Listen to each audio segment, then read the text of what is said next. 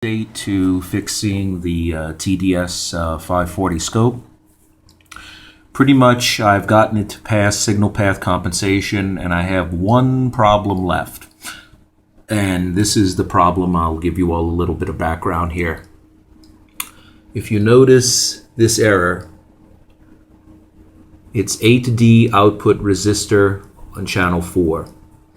Now, essentially what this is doing is telling you that there is a problem between, and here's the schematic, I don't know if you can see that well enough, between the A to D converter, channel A, and the DMUX, which that's the DMUX right there. This is a run that I did using a serial console device, and I'll show you all the errors. If you notice what it's saying is it's saying A out equals OX, of course, which is hexadecimal, 1, B out equals 0, and it's giving you the previous sample values. And it's saying that channel 4 digitalizer failed. The next one is showing the same thing. Next one, the same thing. Next one is showing O2. It seems to vary, but for the most part, it's O1 is a failure. Now, originally, I did not know what constituted a failure mode for this test. I even wrote one of the Tektronix technicians, and I will also post that on when I put this video up of what I wrote, asking the question of what exactly constitutes a fail. You know, what is it looking for to pass, and why is it failing? And I did not get a response. But the hypothesis is simply this, that I think it grounds the A to D converter through the attenuator, and it's looking for all zeros. And in that way, it in a roundabout way checks to make sure that the integrity of the A to D converter is intact. And obviously it's not in this case, because it's giving some pretty, I should say, noisy responses. Now, I have checked the preamp, and the input to the A to D converter 4 is comparable to the input to 1, 2, and 3. Not certain, but it looks fine. I've also tested the pull-down resistors, because this is ECL logic, and I've tested the traces, and they look fine. They don't look particularly noisy. So anyway, this run, I don't really remember, but it was quite a few, and I'll just scroll down and show you. As you can see, 03, and then we back to 01 again. Okay. So after a lot of frustration, and we'll go into this next run here, I decided to lift the pins, because it was always giving me a 0-1 or a 0-2, and most of the failures were 0-1, hexadecimal, which of course would be the first binary bit, was a 1. If my hypothesis was correct, it should be a 0 should make it pass. And this is what happened. Upon lifting the first pins, essentially what it would do is the error would move to the next higher bit. So you see here, 1, 0, and I'll go through this entire progression. 1, 0, same thing, I didn't change anything, I just ran it again. 2, 0, 4, 0,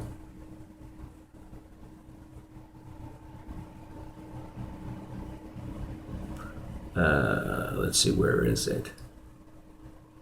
That one doesn't count, that's because I disconnected something. All right, 8, 0. And now, here's the interesting one. 8, 0. It wasn't that one, that was the interesting one, sorry. Still 8, 0, because I didn't, it was just rerunning it. But you'll notice I get a pass. Now, how I got a pass is I basically lifted every pin on channel A. Now, if we look back at the schematic, you'll notice there are two channels. There's an 8-bit channel A and an 8-bit channel B.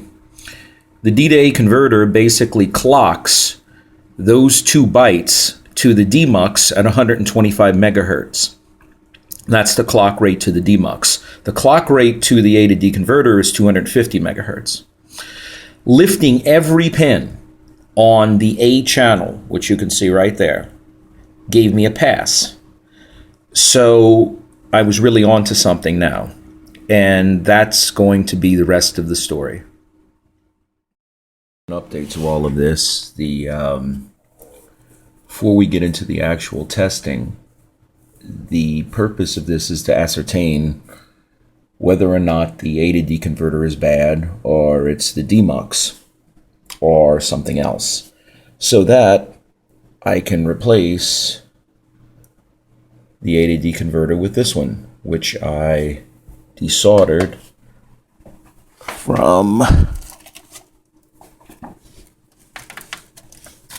this board right here.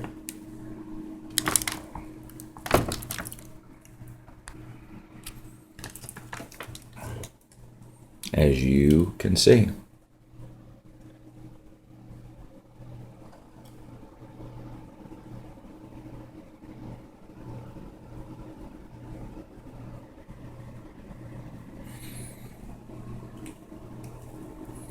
Says it's a 544A board.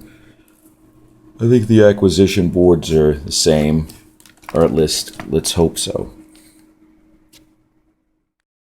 We've already figured out that the one last error that I'm getting can be circumvented by basically lifting the pins and essentially sending an ECL binary 0 to the demux.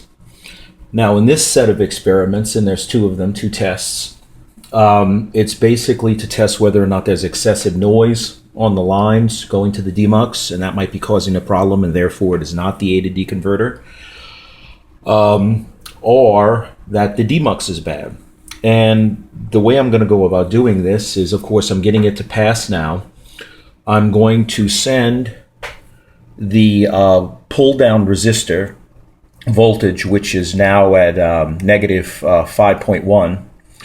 A 0 ECL is negative 1.8.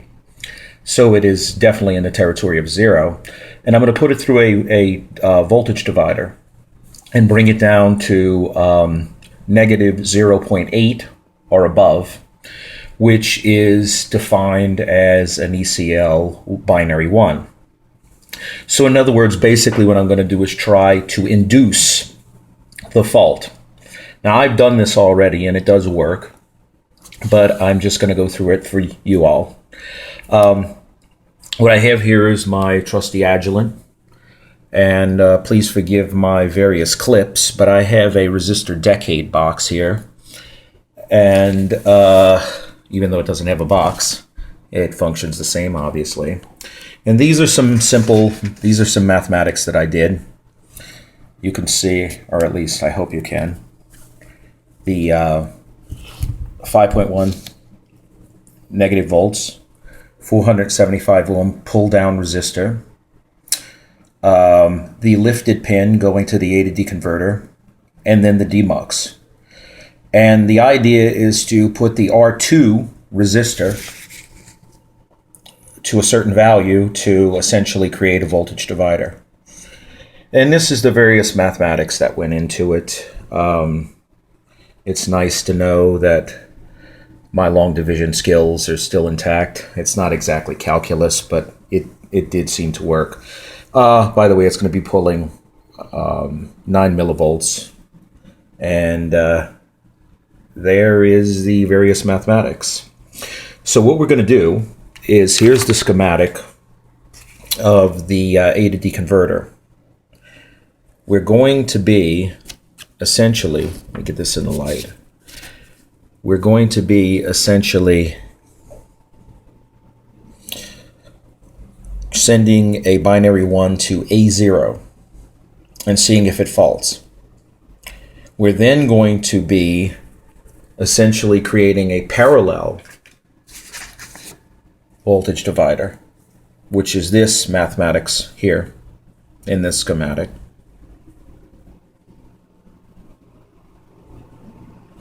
which will essentially, on 2 pins, divide the voltage, bring it up to negative 0.8 or above, and therefore give an ECL 1, binary 1 on 2 pins, and see what it reports. The other pin, which I will be pulling up, is 65 on the A to D converter, which will be A6. So essentially bit 0 and bit 6 will be the ones which will be being pulled up. And that's essentially it. So I'm going to run through both of the experiments, which I have done already, and this does work. But I will be running through both of them and showing you all. And I hope you get something from it. Okay, I'll be right back once I have everything hooked up. Everything is set up, and we're going to make the first run. Let me turn on my DMM.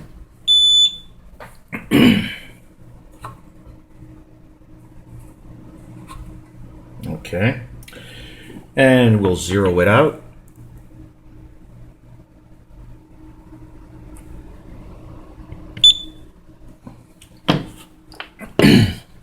And we have the console device ready, and let's turn on the scope.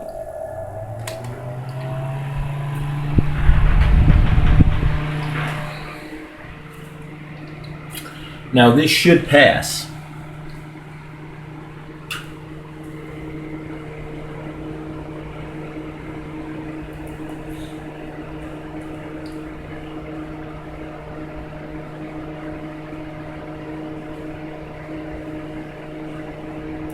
This can take a little bit.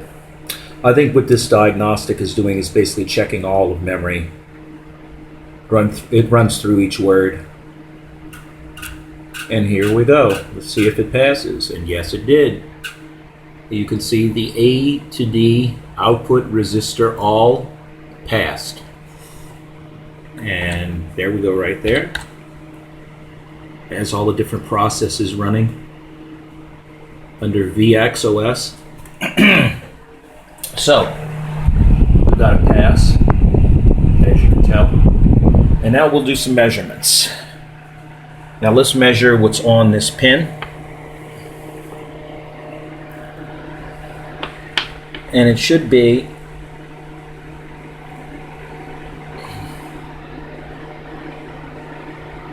negative 493, which is exactly what we'd expect. It's really, according to the schematic, it's negative 5.1, but it's within spec. So that's giving us our zero, our ECL binary 0. So now what we're going to do, if we look at the decade box, we're going to connect this pin to the voltage divider. If I can grab this thing correctly. Okay, and now we're going to check again.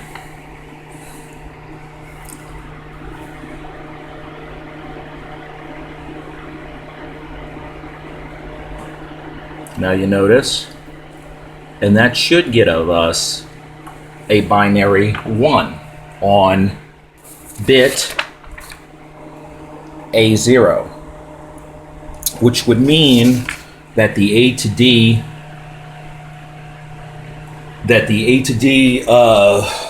output resistor check should fault. It should fail with OX1, which of course would be binary 1. And what we will do is check this by running the diagnostic again.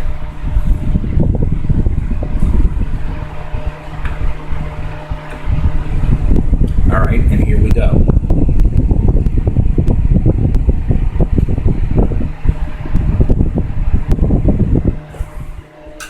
All right. Sorry about moving the camera around so much. I hope all this is getting in.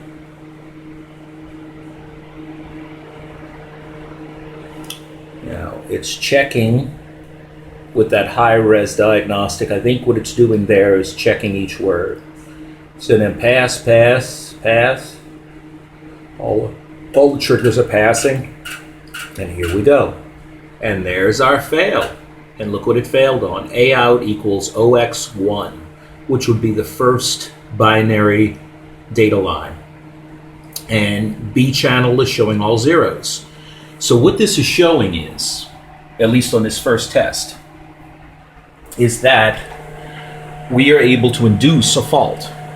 So the demux is acting predictably, and all of the data lines connecting the A to D converter to the demux are acting predictably. So the next thing to do is I'm going to disconnect all of this, and we're going to run multiple data lines, bring them up to negative 0.8 or above to induce a binary 1 ECL logic, and see what the fault shows us then. Okay, that's the hookup, and there's the fail. All right, let me rewire this, and I'll be back. All right, we're back here to do the second test, and I basically have my resistance decade box set to 44 ohms, which is the calculation for the parallel voltage divider. And what we're going to be trying to do is get the ECL signaling level to go to negative 0.8 or above, which will give us a binary 1 on A0 and A6, which is pin 65 and pin 40. Now, if we do that, we should then get, as you can tell here, that would be the binary equivalent. It should translate to a hexadecimal value of 41. That is, if it's actually doing what I think it should be doing. So we're going to boot it up right now and take a look.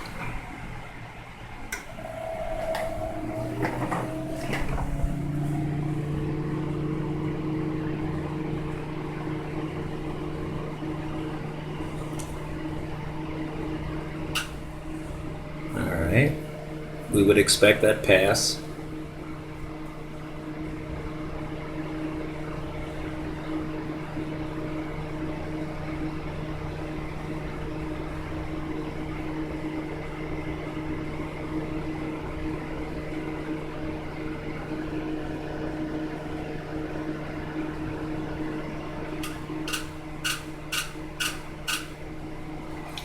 All right, and that's exactly what we expected. Now, we'll check the pins on my Agilent DMM, and we'll check pin A0 first.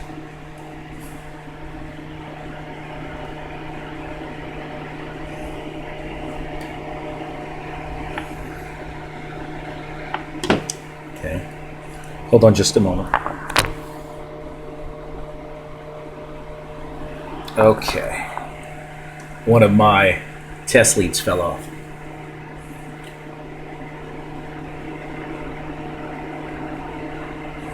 Negative 49, which is what we'd expect. And negative 49. Exactly.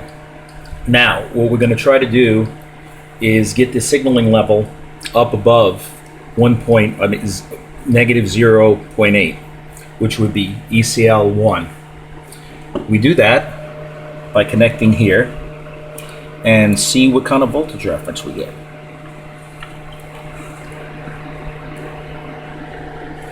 Now let's test the pin again.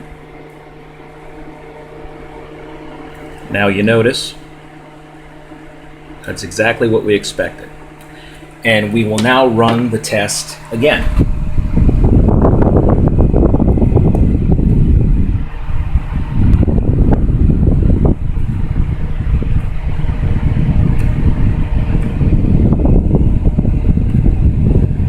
Go over here to the console.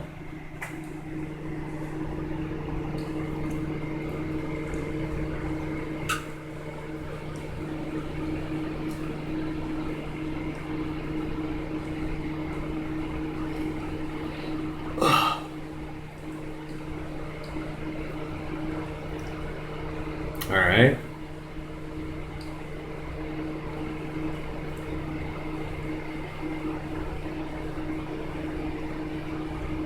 Now we should get a failure. Now let's see, we do.